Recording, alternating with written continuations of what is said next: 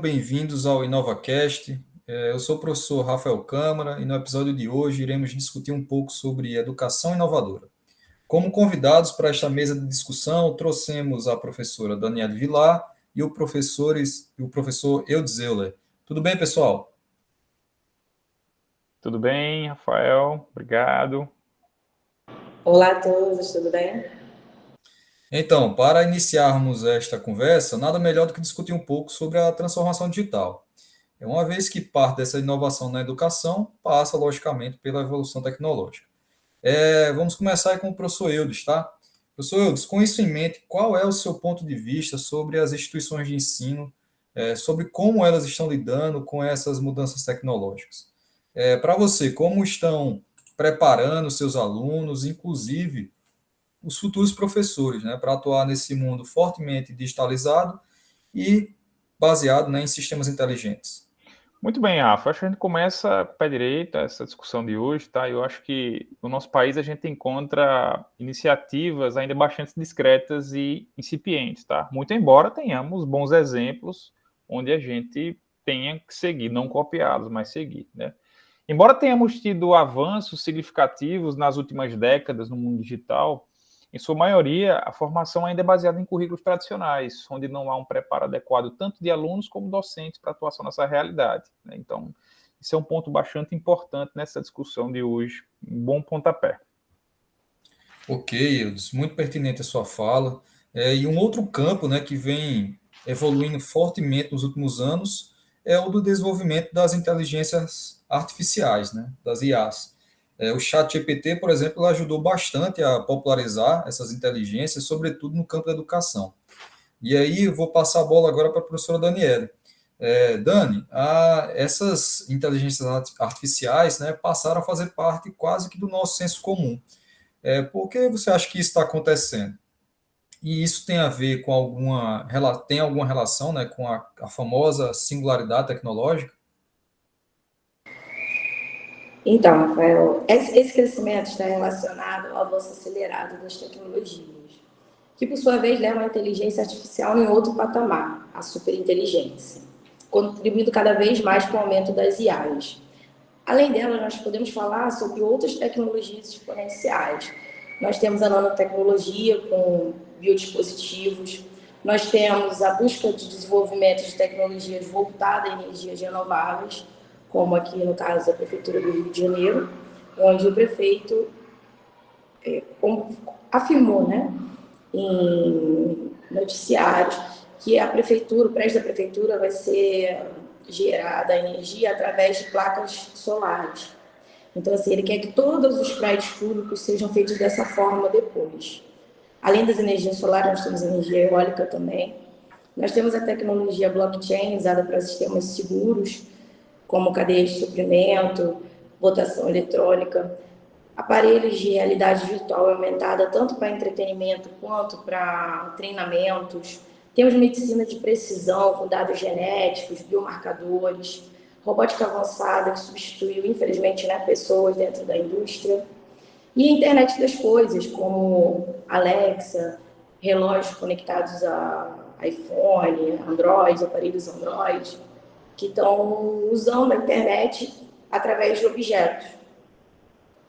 Certo, Dani. E nesse contexto, você acha que as instituições de ensino elas estão inovando o suficiente para atender essas novas necessidades da geração atual de alunos?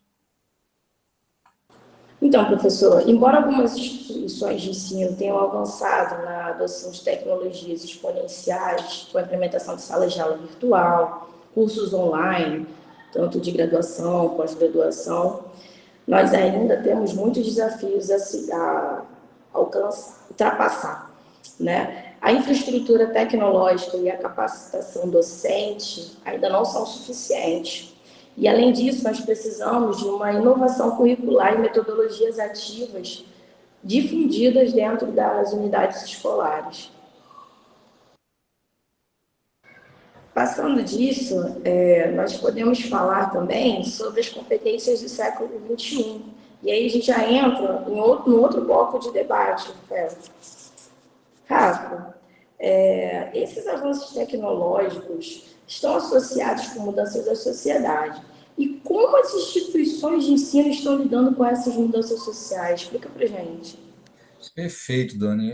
Assim como a sociedade e a indústria 5.0 têm como principais objetivos a resolução de grandes problemas sociais e a interação mais íntima com a tecnologia, a educação 5.0 também deve partir desses mesmos pressupostos. Assim, acredito que os principais objetivos devem residir no desenvolvimento de competências socioemocionais e colaborativas, no aprendizado com foco na problematização e no pensamento empreendedor, com metodologias que favoreçam essa criatividade, o trabalho em grupo e a resolução de problemas e a usabilidade. Penso que algumas instituições já têm se mobilizado com o intuito de prover, né, esse arsenal de metodologias, né, que valorizam esses aspectos, né, metodologias como o PBL, TBL, a gamificação, design thinking, enfim.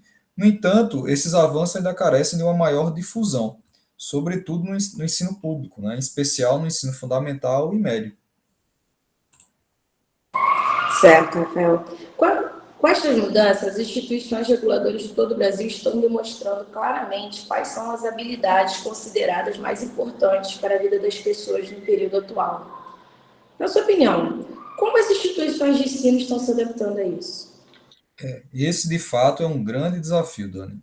A gente percebe que, por exemplo, né, os modelos avaliativos progressivos e aqueles que visam a seleção de candidatos, como os disponíveis em concursos, no Enem, em processos seletivos de residências, eles são puramente conteudistas. Isso acaba sendo um contrassenso quando se pensa do ponto de vista do ensino superior, né, quando a gente avalia as DCNs, né? Ao avaliar as DCNs, vários cursos superiores apontam na direção do uso de metodologias ativas, da importância do desenvolvimento de habilidades técnicas, mas também de habilidades socioemocionais. No entanto, né, esses sistemas de avaliação ainda permanecem arraigados ainda na dimensão cognitiva, né, e na avaliação apenas do conteúdo. Outra dimensão relevante é o pensamento criativo. Eudes, em sua opinião, como podemos mudar a mentalidade dos educadores para que percebam que o pensamento divergente é a base para o desenvolvimento da mentalidade criativa? Interessante essa sua pergunta, Dani, e como é interessante também essa nossa discussão, que ela vai chegando, né, num clímax, né, como é que a gente tem direcionado, né?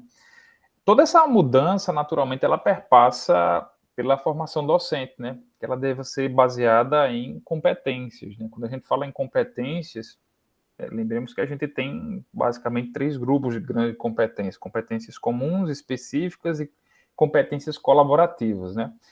E que essa formação baseada nessas competências estejam com matrizes curriculares alinhadas, né, sobretudo às necessidades atuais, sem esquecer, obviamente, todas as dimensões, né?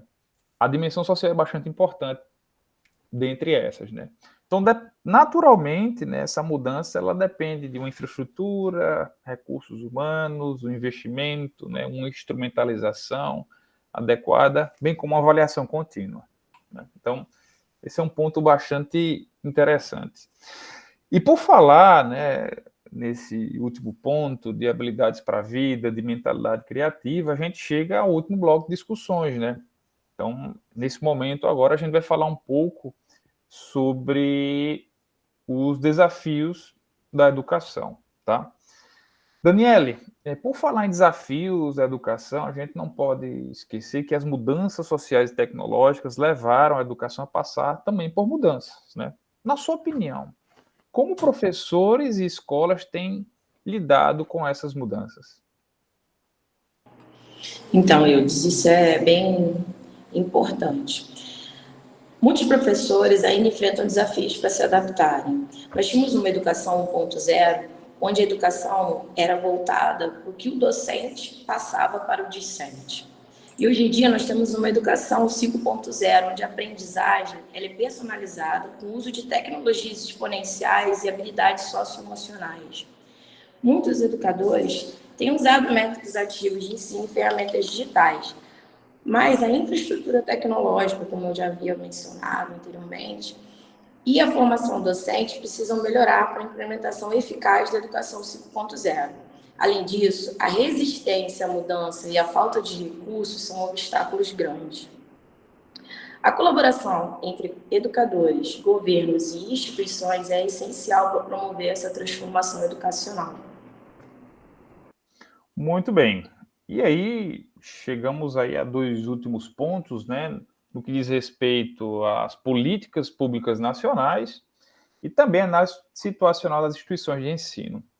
Professor Rafael Câmara, no contexto nacional, como você enxerga esse novo alinhamento das políticas públicas no Brasil, né, voltadas ao avanço e à adoção das tecnologias de informação e comunicação na educação? De fato, professor Ildes, as políticas públicas do Brasil, né, elas evoluíram com o passar do tempo e atualmente percebe-se que elas coadunam com as expectativas de mercado e de evolução da sociedade.